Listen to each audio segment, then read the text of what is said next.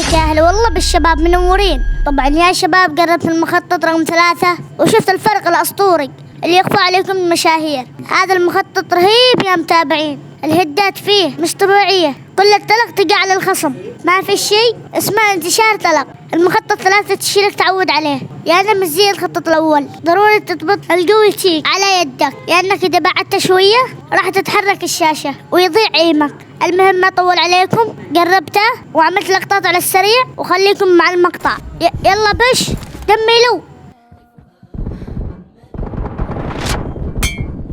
يا عمري. ايش ده؟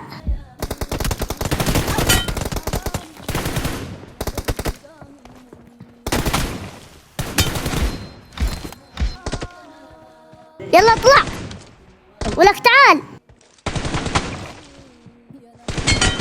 ايوه كذا.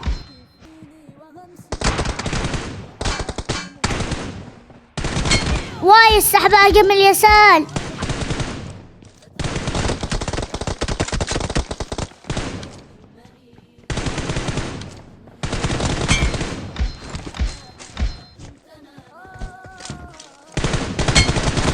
يا الهدات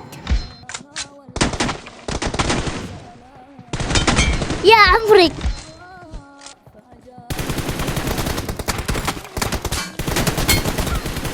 ولك تعال.